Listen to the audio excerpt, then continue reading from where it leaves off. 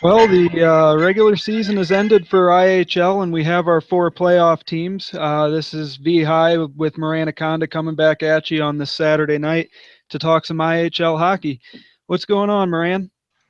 Oh, not a whole lot. Just getting ready. The playoffs are set for IHL, and we're going to get into hopefully some competitive hockey here. Hopefully, we get some teams going here. But I just wanted to announce it first and foremost on our show. I do want to say thank you very much to the league, all the Boggs, Haji, Birthday Machine, Barris, everybody who has had faith in us to once just continue to let us to do our podcast on this great website and allow us to be in management the first two seasons in the AHL. And I'm very, very proud and excited to announce that we have been given ownership in the NHL for starting in season 3 here. We will be bringing our podcast with us to the NHL, covering everything live every week on a weekly basis, covering everything that is NHL, along with some AHL stuff as well. So we hope everybody's as excited about that as we are. And, we just really want to get everything off to a good start here and get to know everyone in the NHL and start to bring you live coverage of the NHL starting in season 3 on the LGHL. And it's going to be great. What do you think of that, VHI? You excited or what, man? Woo! Yeah, I'm excited. It's a great opportunity. It's going to be a lot of work and difficult at times, but can't wait to get started on that and love the idea of bringing our show up to the NHL. Something that is going to be really cool, and we're going to try and keep the AHL involved on that show as well and try and keep both leagues up to date. It's going to be a lot of work, but it's going to be really fun to do. And, really couldn't be more excited at the way that this is playing out so far. Mike, I mean, Well, you got to keep strong with your roots, right? Your roots start in one place, and where the tree goes from there is up to whatever. So we're always going to keep in contact with the guys in the AHL. Obviously, we're going to have a team down there that we're going to keep in very close contact with. We're going to be working with our GM and AGM down in the AHL. Just creating a brand, which is, really what you want to do in this league. You want to create a brand. You want to create, good relationships across the boards. And that's what we're looking to do, is to get out there, get in touch with people, and really build this community as a whole. And, just kind of bring it up and get it going, because the NHL, I feel, has lacked a little bit on the, the media side. I mean, not that it hasn't had media. Don't get me wrong. It just, it feels like it's a little bit, kind of distant right now, and we want to bring everybody together. We want to get everybody talking, everybody competitive, and everybody pulling in the same direction. And it's going to be super fun. I know a lot of guys have already messaged me congratulating us on getting ownership, and I'm just pumped. I'm pumped to bring the show up to the NHL and keep people informed and just keep it rolling, man. I'm ready to go. yeah, it's going to be exciting. There's going to be a lot to cover. With the draft and bidding and all that stuff. NHL 17 coming out, barely going to be into the new game when all this starts to happen. It's going to be really exciting for everything across the boards, really. And, that's something we can get into over the next couple weeks or in a time. But right now, we need to cover the IHL and some of the teams that have been knocked out, but also, of course, the four teams that remain standing that are going to battle it out for a championship. Um, Kazakhstan finishing in the number one spot. Ended up with one more point than Russia, though Russia had one more win than they did. They just had 3 overtime losses, which Russia didn't have. So, going to be interesting how this shakes out with Kazakhstan, Russia, Canada, and Sweden in the playoffs, Mike. Yeah, I mean, Kazakhstan and Russia right now are obvious. They're my picks. I think it's going to be one of those two teams. Rahanek has built one hell of a team over in Russia, and they're super strong. They're right up there at the top. They have been the whole time. But when you got guys like Explicit on defense for Kazakhstan, you got Kush Demon. Demon is the GM. Legal is a captain on that team. Um, M. Pelly 25 is the owner. They have just great players top to bottom, and they've really showed that throughout this tournament. They've been a very tough customer, only losing 4 games.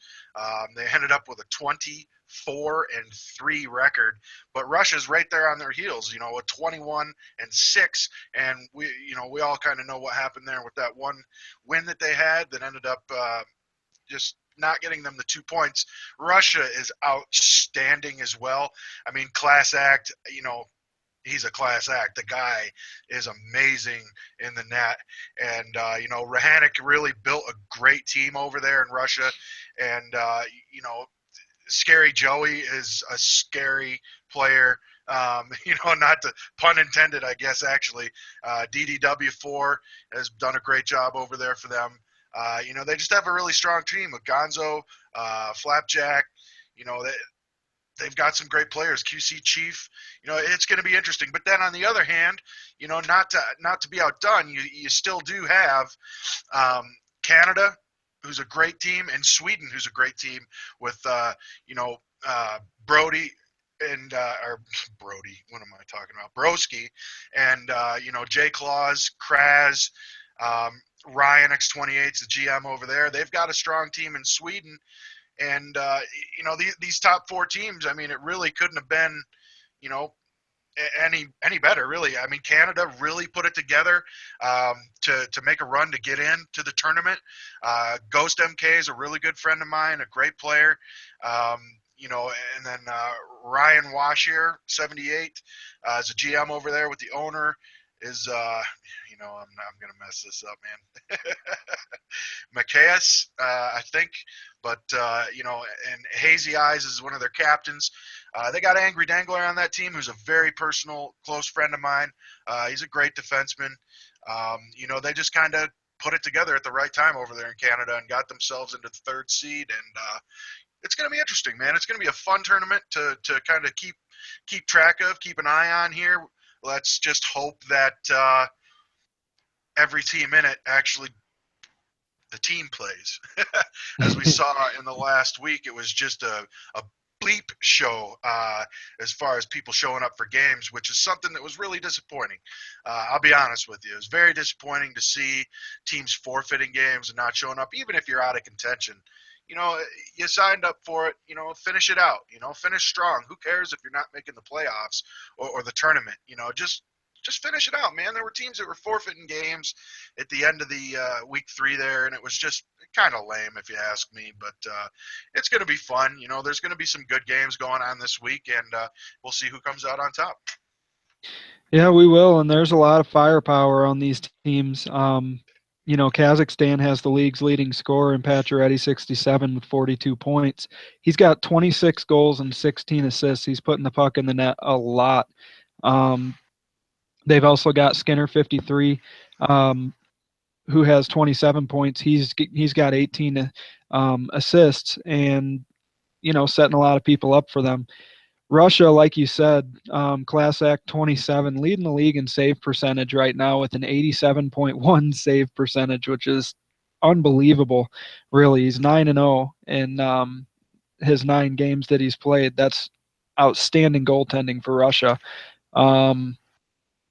You're right. There's a lot of stuff to look forward to with these teams, and I don't really know where this is going to go from here, because I could definitely say I've got my ideas of who I think's going to win, but that's why we play the games, I guess, and we'll see where that goes. Really, do you have anybody that stands out for you with Kazakhstan as the guy that's going to lead them to a championship here?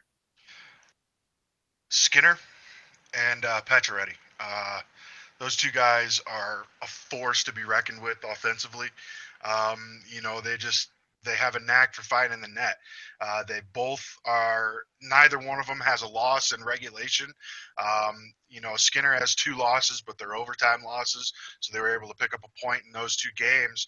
And Pacioretty has 1 overtime loss. Other than that, they don't have. They both have donuts in the loss column. So those 2 guys are huge for me. I think they're a very integral part of that team. Um, and they really depend on their scoring and those guys putting the puck in the back of the net. Yeah, I agree with that for sure. Now, when I look at Russia, there's several things that stand out to me, and really their scoring is spread uh, pretty evenly across the board. I mean, their leading scorer has 30 points, I believe, is Rahanek, and of course, the owner and the rest of the team, not really that many people are all that far behind. You have a lot of 17, 19, 16, 24, in multiples of some of those numbers all tied there together, making it look like all three of their lines can score, and they don't give up very many goals. They don't. They really don't. With Class Act and Net, it's just he's been playing out of his mind in this tournament. And just to kind of give you a taste of what I mean when I say playing out of his mind, um, the guy is sitting at 1.41 goals against still, which is insane to me. Now I don't know.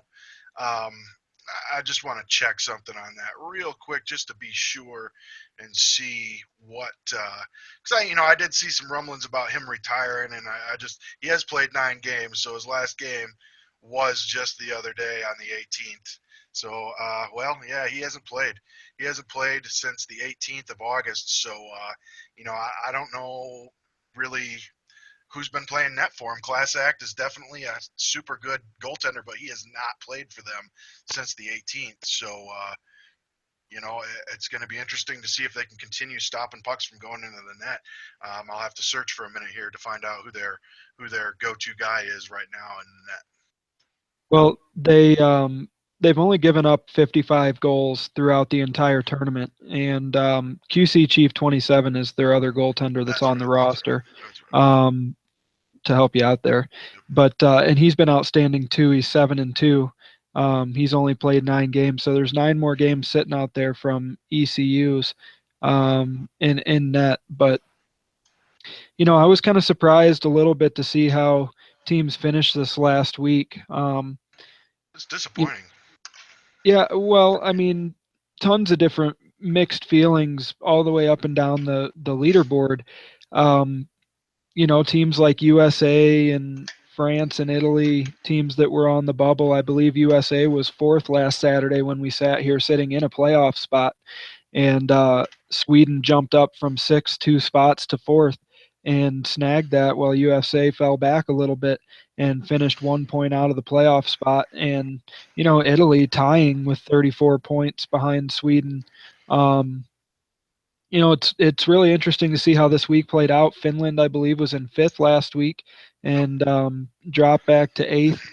I ECU's. Denmark was in, I believe, seventh, dropped to ninth. So teams were moving, and then you have teams like Switzerland and Czech Republic and guys sitting down there. There were a couple of teams that guys literally just didn't show up and play games, and that's frustrating to see because that affects the playoff picture as well when there's teams Free maybe wins. fighting for spots and they Free get a free wins. win against another club when you may have to play someone that night. So, and it's kind of frustrating to see that, but I think the teams that made it in the playoffs, there's no doubt that those teams were probably going to be in there. They belonged. They were definitely good teams. I think there were several other. There was basically anybody in the top 9. I think could have made it. Really, in the top 9, anybody in the top 9 had a chance to make this tournament. And I'm a strong believer in the fact that ECUs may have played a very big role in the fact of why some of these teams didn't make it. To be perfectly honest with you, but hey, that happened, and the 4 teams that are there, which are Kazakhstan, Russia, Canada, Sweden. My hats off to them.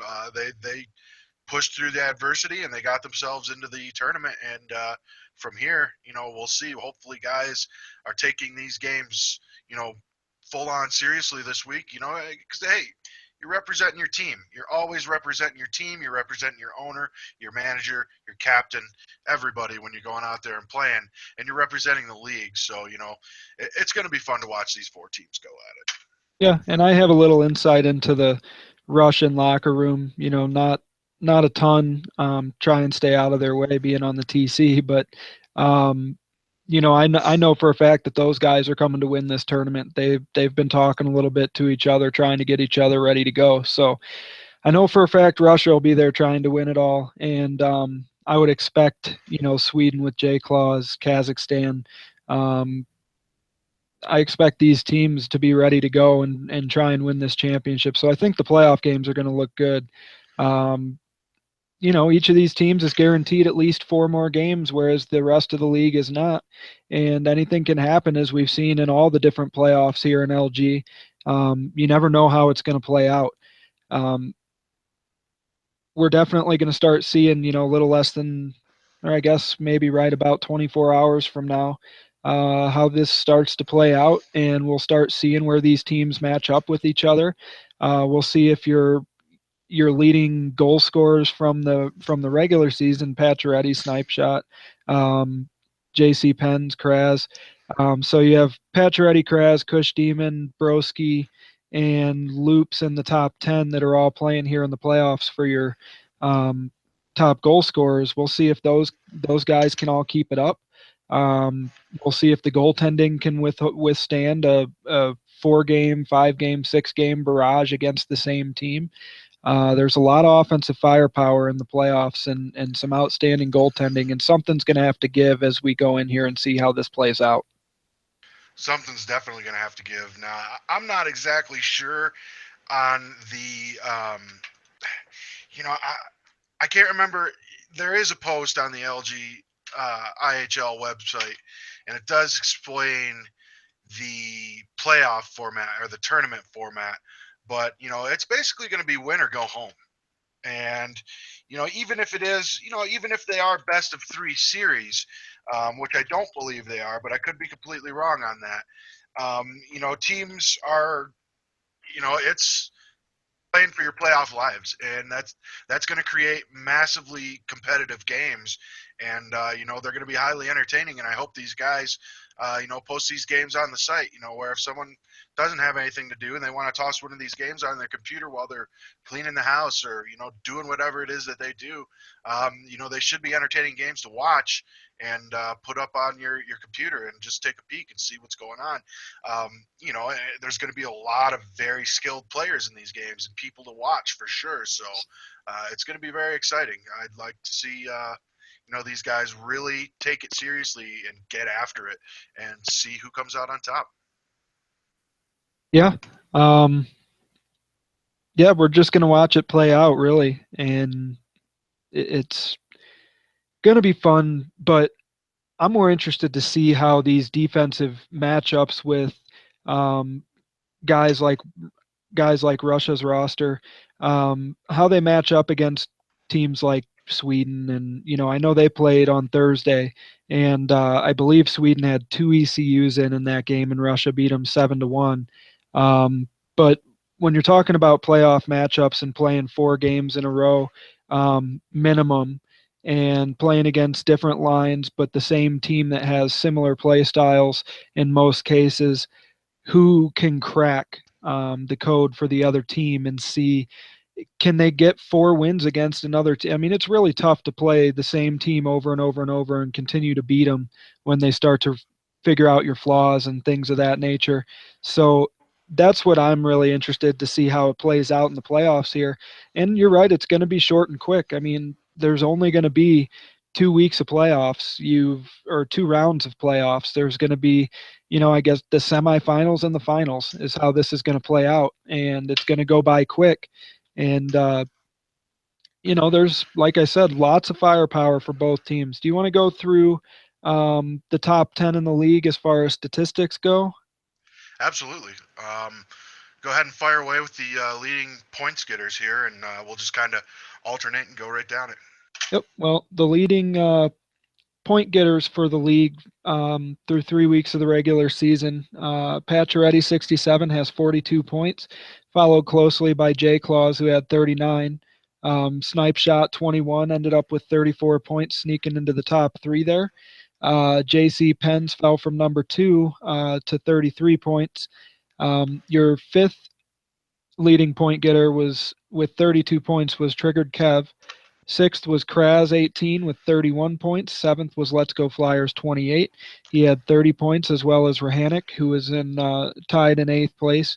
From Russia, Kush Demon QC is in ninth with 28. And then there's a several player tie with 27 from 10th to 13th, with Cam's 1-2 Punch, M. Pelly 25, Sid 05, and Skinner 53. Who are our goal leaders through the regular season? Well, the guys who've been putting the biscuit in the basket here, like we mentioned earlier, Pacioretty, 67, is running away with it. He's got 26 goals at this point in time. And, bear in mind, they did have that one huge game that I'm pretty sure that Pacioretty was in where they had beat a team 17-2, I think. So there were a lot of points picked up in that game, which is held some of these guys or pushed them up to the top themselves, but there's still a hell of a lot of goals.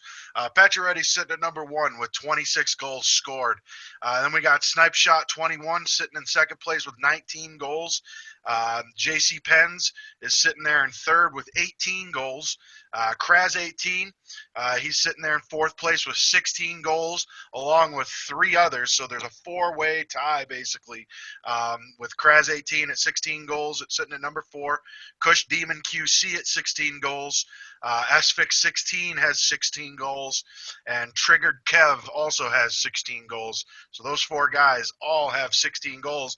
And then in spots 8 to 10, those 3 guys all have 15 goals. So it's really tight, as far as goal scorers go through this. And, sitting in the 8th spot is my boy, Broski 002.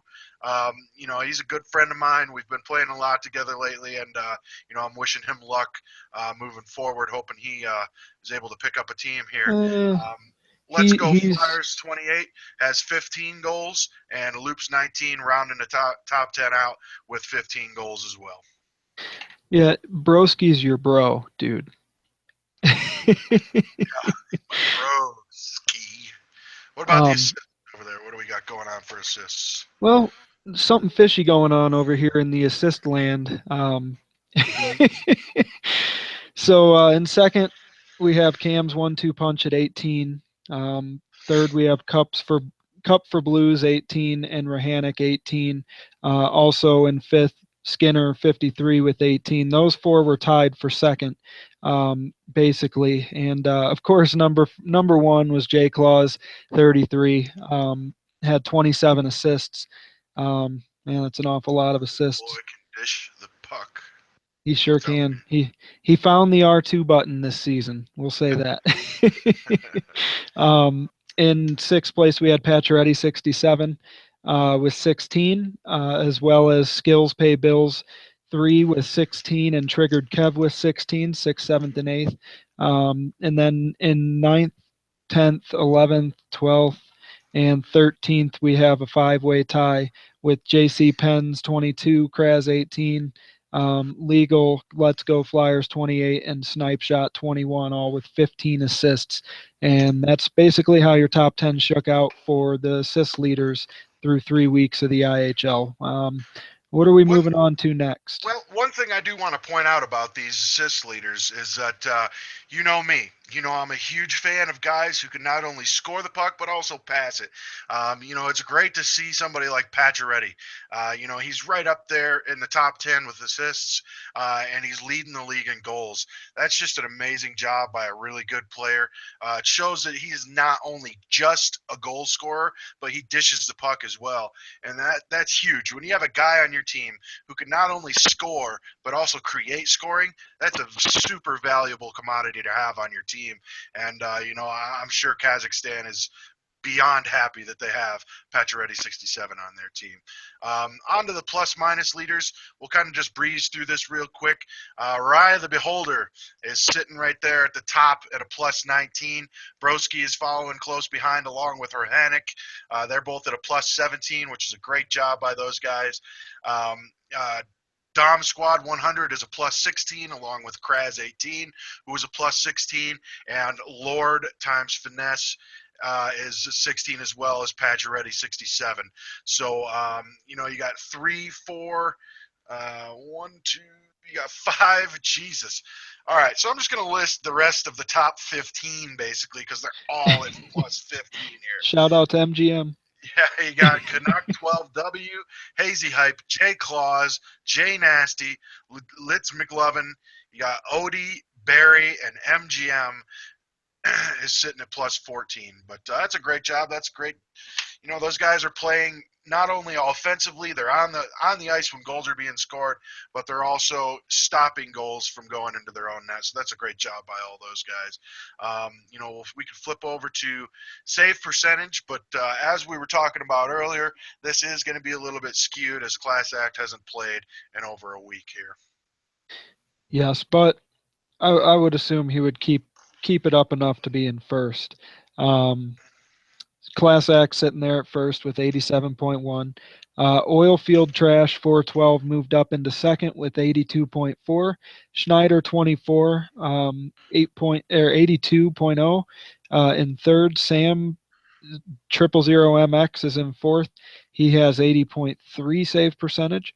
In fifth, we have Jones from Canada, and sixth, NHL Twister from Canada with a 79.9 and a 79.7 save percentage, respectively, for the two of them.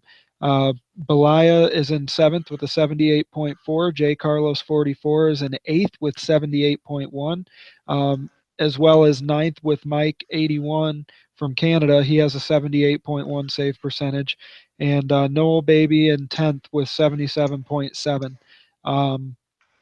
Interesting as we look at the plus minus and the save percentage and notice that the top handful of guys in most cases are the playoff teams. And then you've got someone sitting up there like Schneider 24, who played for Finland. He also played for Rockford and was in the game-winning Game 7 to win the championship last season. There's a lot of good goalies up here on this list, but then there's also some guys who are mixed in who haven't played as many games as the guys sitting up at the top. But still an interesting list overall, and a lot of good goalies sitting up in the top anyway. So I guess let's move on to goals against, where the list will look similar.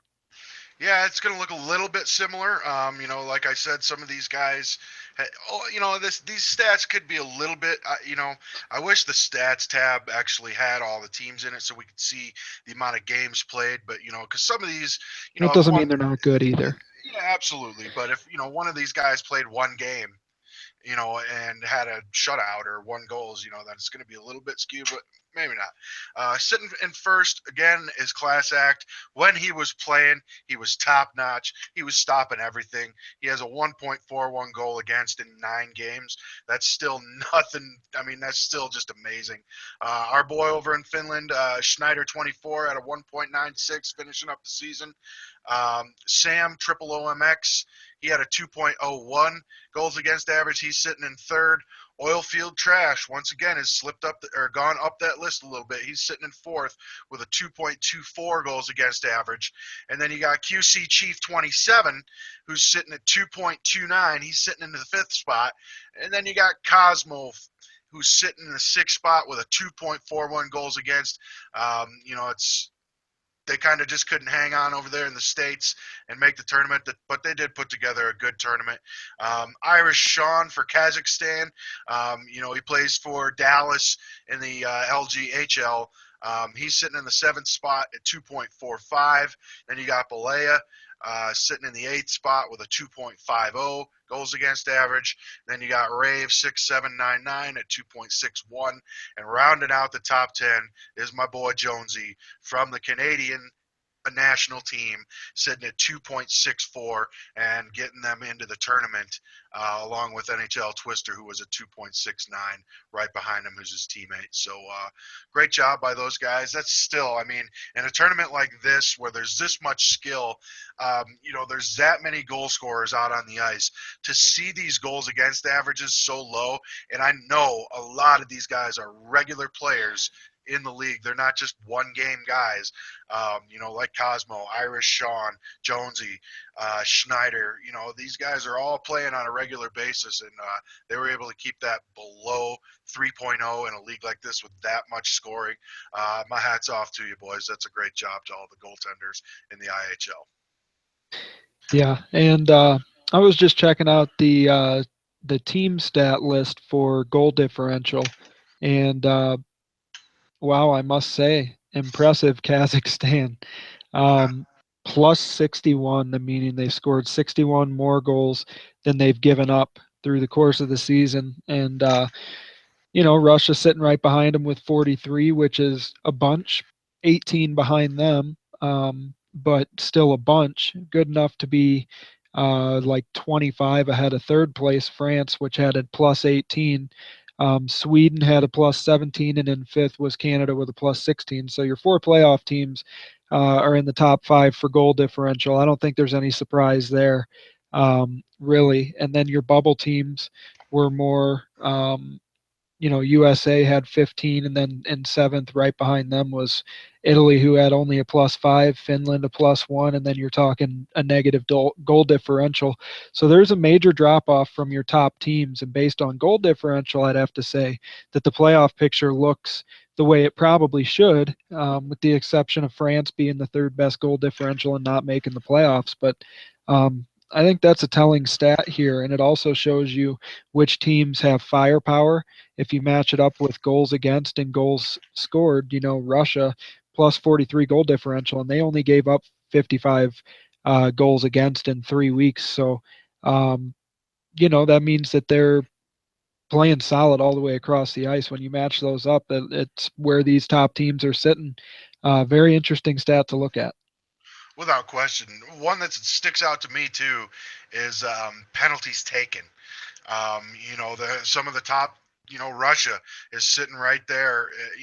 They only took 155 minutes worth of penalties throughout this tournament, which is good enough for third or fourth in the tournament. But also Kazakhstan only took 134 minutes in penalties. It's kind of a trend to see those teams, that didn't take a lot of penalties, so they're not putting themselves in a terrible spot having to kill off a lot of penalties, which allows them to continually attack. And, their time on attack as well, the time on attack difference for some of these teams. I mean, I'm telling you, Russia is at a plus 73 minutes, and, that means that it's just, and Kazakhstan, I mean, they're at a plus 101 minutes, 8 seconds higher than their opponents. I mean, that's outstanding. The teams that are hanging on to the puck and cycling it and creating offense are the teams that are up there in the in the tournament. So my hat's off to them. I think definitely Russia and Kazakhstan are going to be the two heavy hitters in this tournament, and they're going to be they're going to be fun games to watch. I'm curious if the one plays the two. I don't think it does, but I think it's actually 1, 4, 2, 3. Yeah, I I would think guess. it is let's see. Could be 1, 3, 2, 4. I thought it was right here anyway, but 4, 3, 2, 1. yeah, 1, 0, 2, 4. it was right here at one point. I thought it said how they were going to be doing it, but I guess I can't. Give me a few minutes to find it here. Do some research, boss. Yeah. But when you're looking at the time on attack, then you've got a team like Switzerland in fourth with a plus 17 minutes, and it makes you say, you gotta, puck possession is important, but if you're not putting the puck on net, you're not going to be winning very many games. If you're just possessing it to possess it, as opposed to possess it to be dangerous with it, there's a huge difference, and I think you see that with the top two teams. outpossessing their opponents by like an hour and 15 minutes and an hour and 40 minutes, which is like that means that everybody's sitting in their living rooms. Kazakhstan outpossessed every opponent that they had by a total of, meaning they played with the puck for an hour and 40 minutes more than you did. Right, that's insane. And Russia, with like an hour and 15 minutes more puck time than you did, which is incredible when you think of it in those terms. Um, but your top teams are going to have a perfect balance of possessing the puck the right amount of time to get their dangerous chances, but be ready to go back and play defense and know that there's going to be times when the team you're playing against will possess the puck on you. It's your job to keep them to the outside and limit their chances from high scoring areas. So I think that's what we're going to see here, especially out of Russia, Kazakhstan, but Sweden and Canada as well, that you're going to see them fighting to find that balance to possess the puck in dangerous areas and get good scoring chances because with the scoring power that is on these four teams and the goaltending power that follows behind them, there's no way to predict how these games are going to play out. And that's really what's going to keep me tuning in this week to find out how these teams are playing each other. And, it's going to play out quick. It'll be over before we know it, but it's going to be a fun ride to get there. Um, I think next we want to talk about playoff matchups if we can find it. I don't know if I you. I haven't been able to find it yet. See what they're not on the site anywhere. So it's kind of a we're kind of stuck in purgatory here as far as trying to find this stuff because they haven't really quite paid as much attention to the IHL. It's kind of just been so, unfortunately, I'm not finding the actual playoff matchups anywhere, and I can't even find the thing that was on here telling about the playoff format. So, it's kind of a frustrating deal right now. So, it was pinned at the top of the Oh, page. that's the way Just it can't goes. find it Way anymore. she goes, boys. Yep. Um, the uh, the other interesting thing I was looking at were the power play percentage and the penalty kill percentage, and you for the most part see the same teams on both ends. Teams that score a lot on the power play, for the most part, seem to be the teams that also kill their penalties the most, with a couple of exceptions. But um, there's no surprise to see Kazakhstan, Sweden, Czech Republic, and Russia as your top four power play percentage teams. Kazakhstan sitting at 30%, Sweden at There we go. 26%, Czech Republic at 25.7%, so really close to Sweden there, and then Russia at 24.3. Um, all three of those teams are scoring more than once every four times they're on the power play. It's really dangerous, and I imagine that there may be stretches of 8 power plays, 9 power plays, where these teams don't get a goal and then they score on three straight power plays. So an interesting list there as well. And then the penalty kill percentage is something that always interests me. And you have Team USA in first at 88.6, killing off most of the penalties, 88 for every 100 they face. That's a high number. And then Russia, 87.7 right behind them. Norway, 85.5. Kazakhstan, 84.5. And Canada at 82.4. Um, like I said, there's not a 100% correlation there, but you can see the top teams always swinging near the top of the fence here. For sure, and I have found it here. I was just down in one of the threads here, but it does look like it's a little bit of a tourney here going on this week. The one is definitely playing the four.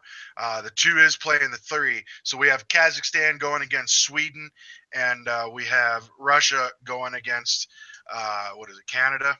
And they're kind of doing it almost in lockstep with kind of the way they do it in the uh, in real life for some of these tournaments. It's right there. It's that thread that's pinned at the top of the IHL page, the information, and then it's like the third comment down there by Mystic Mac Irie, if you want to take a look at this with me. But Sunday at 9:30, both games are taking place. The one is playing the 4, and the 2 is playing the 3. And then on Monday, there is 4 games set where the 1 plays the 4, the 2 plays the 3, and it looks like they might be kind of like whoever comes out with more wins, or Round whatever it robin. is. Yeah, it's kind of a round robin type tournament. And then the gold and silver medal games will take place on Wednesday and Thursday, as well as the bronze medal games. So we definitely know our matchups. Our matchup is going to be 1 versus 4 and 2 versus 3 in the first few games here. So, what do you see in Kazakhstan going against Sweden? That has all the fixings for a damn good matchup right there, if you ask me. Well, you have Kazakhstan, who has Pacioretty, who's the league's leading scorer, and Sweden, who's got J. Claus, who is the league's second leading scorer, going head to head. And then there's a couple more guys on each of those teams that are in the top 10 list for points in the league. So I don't know, I look to hopefully, from a fan standpoint, see a lot of goals. um, but these teams, I think that's a matchup that, to start off this tournament with Kazakhstan versus Sweden, what line do they put out there to play against each other? Because I'm assuming that you're going to be playing a different line in each of the first 3 games, so you're only going to play 1 playoff game and then the medal games. So for each line, that is 3 for each team. Right. But it's really going to be interesting to see how all 4 of these teams really decide to match their lines for which games they're going to be playing, and see how they come out. And does Sweden versus Kazakhstan, do we see either of their top lines? Oh It'd yeah. be really cool to see it. You want to get off to a good start here, so I would maybe count on it, but Oh um, yeah. that's the kind of matchup that we're going to see. But then if that happens, then you leave yourself open to playing Russia or Canada without your top line. So that's going to be a balance to strike for every team that's playing right now. Yeah, I'm curious how that even works. If between if they're counting it by games played in the week, which I'm sure they probably are. So you're going to have to really ration your players, or if they're counting it by series. This could work a little bit different here. I don't know how they're really going to run that. I haven't really read up on the. But anyway, Kazakhstan scored 131 goals, which is 30 more than the next closest, even closest team, which is 98 goal, or I mean, excuse me, which is Sweden with 112. So they've scored 20 more goals than Sweden. They've scored 30 more goals than Russia, and they've scored 35ish, 6, 7 more goals than Canada. But you got the 2 top scoring teams. You got Kazakhstan with 131 goals, Sweden with 112. Now here I think might be the difference in this series. Kazakhstan's only given up 70 goals, whereas Sweden has given up 95 goals. Mm-hmm. So it's going to be. I'm interested to see if the Swedish defense can withstand the offensive barrage that is Kazakhstan. I think they're going to have a really tough time with it, and I'm going to say that Kazakhstan is going to pull this series out here. What do you think? Who do you think is going to pull this series out? Who's on your top of your list for the Kazakhstan Sweden matchup? I don't know. It's a tough one to pick, really. Um, I like the power of both teams. I like the strength of Sweden's offense, though. Um, their line mixes could be what's affecting their defensive play. Which forwards they have playing with each other and who's defensively responsible. So you could be caught off on that one if you don't see a change in some of the lines to structure them a little more defensively. Um, but they can score goals with anybody, and as you see, that's been the way they've played all year. Um, Try and outscore their opponent. Yep. Even if it's 6-5 and we get the win, at least we got the win. And that can be dangerous when you're playing short series against teams, or short playoff tournaments. If you can score goals in bunches quick, you can sneak away with the title out of nowhere, and leave teams not knowing what hit them. So, uh, Yeah, I think all that being said, really, um, I think the way Kazakhstan played these 3 weeks, they've gotten stronger as the 3 weeks have gone on, telling me that they're gaining more and more chemistry, and enough so much that even a couple of games that they lost, they were in overtime, so they got the point for them, and it put them up into the first seeding spot for the playoffs. So. Um, I expect Russia to win this one, though I don't think, or I mean, I'm sorry, Kazakhstan to win this one. I was reading something about Russia. Um, I expect Kazakhstan to beat Sweden on this one, and I don't expect it to be a close one, or I don't expect it to be a blowout. Yeah, like I said, I think Kazakhstan is just gonna their offense is gonna overpower the defense of Sweden. Now I could be wrong. Hey, I've been wrong before, but I think that the Kazakhstan is just going to overpower. Moving on to the Russia Canada matchup. What do you see in this matchup here? Well, it really depends on what line Canada throws out to play against Russia in this first game.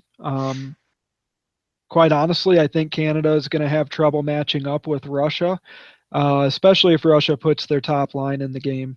Um, I think a lot of teams are going to have trouble matching up with Russia, though. So it's not just saying that Canada alone would have trouble with it, but Russia's not playing games, and they're going to want to get off to a good start here. So I don't expect them to lay off the lineup at all. Um, it's going to be interesting. They've got solid defense over there in Canada, and solid goaltending, and they're going to need every bit of that playing against Russia, who can score goals with the best of them, but does not give very many up. So they're going to need Canada's going to need their goaltender and their defense to try and match Russia step for step, stride for stride, and see if they can hang in there. These could be close, low-scoring games based on the defense and goalies on these teams, though Russia does have a potent offense if they're on. So I think that's the matchup that we're going to need to watch for this one is Russia's offense against the Canada defense and goaltending. Can Canada hold up for long stretches as Russia's like the second best time on attack team in the league? So there's going to be a lot to look for here. Without a doubt. Canada kind of put it together a little bit here to get into this tournament. They have a very, very hot scorer and triggered Kev, who's got 32 points. He's got 16 goals, 16 assists once again, which is something that I really like. I love seeing that in a player. I love seeing a guy who dishes just as much as he scores. So, and Rukshan, he's been having a pretty good series here. He's got 22 points. He's averaging just over 2 points a game, although he did pick up 8 points in their last game um, with a hat trick and 5 assists. So, but it's tall. It's a tall task, man. Russia is good. They're, Rahanek is a top player in this league. The guy's got skills, and the rest of his team does as well. I think this is just going to be a little bit too much for Canada to take. I think they're going to end up getting overpowered in this matchup by just the sheer, you know, ability of Russia. I think Russia's a machine, and I think Canada, unfortunately, is going to go down in this matchup. But hey, like I said, I could be wrong. I honestly, I think in this out of these four teams, I guess my prediction here is I got Kazakhstan winning the gold. I have Russia winning the silver, and I have Sweden winning the bronze. That's my picks. What do you see shaping up in here in this tournament, Jonathan? Who do you got for the medals? Well, I'm a little partial to my Russian squad here. Gonna pick them to win the gold. I think they're the most dangerous team overall. Kazakhstan put it together at the right time, but Russia still has more wins than anybody in this league with 21. So um, I expect Russia to pull out the gold. It's not going to be easy, but I think they've got the depth on their team to do so. I think that it'll end up being Sweden who takes silver and Kazakhstan who takes bronze. And I think that's just going to be based on line matchups as we get through the playoffs here and how that shakes out and where they end up landing. That's interesting. That is very interesting. It's going to be fun to see who comes out with this. Hopefully, everybody can show up for the games. That's been a huge issue in the IHL so far, is guys showing up for games. So hopefully they get it done, and we'll see. It's going to be. Hopefully, people show up for games, and hopefully, there's not too many ECUs being used like there was last week. These guys. It is that time of year where people go on vacation, and it is what it is. But Jonathan, you still there, or did I lose you? Oh, I'm still here. All right. But it's that time of year, so hopefully everybody can show up for these games, and hopefully they can, keep it rolling and get everybody in these games and finish this tournament strong. So, that's basically good about all I have on the IHL finishing up here. I'm exhausted. I am Um, too. I'll tell you what, I'm going to take a break for the next 23 hours and 40 minutes ish and get ready to watch these games. I'm going to be tuning in to watch these matchups as much as I can to come in here and talk about them next week and finish this thing out. But I really can't wait to see how these teams match their lines with each other, how they plan on trying to get these teams put together and making a run all the way to the gold. And, it's something that we're going to see here play out, like I said, really fast. And I can't wait to finish it up with you guys next week. And can't wait to bring this show to the big time either. So, yeah, we'll talk to you guys next Saturday. Thank you very much. Yeah, I do just want to say thanks to everybody. I wish everyone good luck moving forward, and hopefully everybody shows up. And They will. we'll see. I really hope they do, and it is what it is. But anyway, we will talk to everyone next weekend.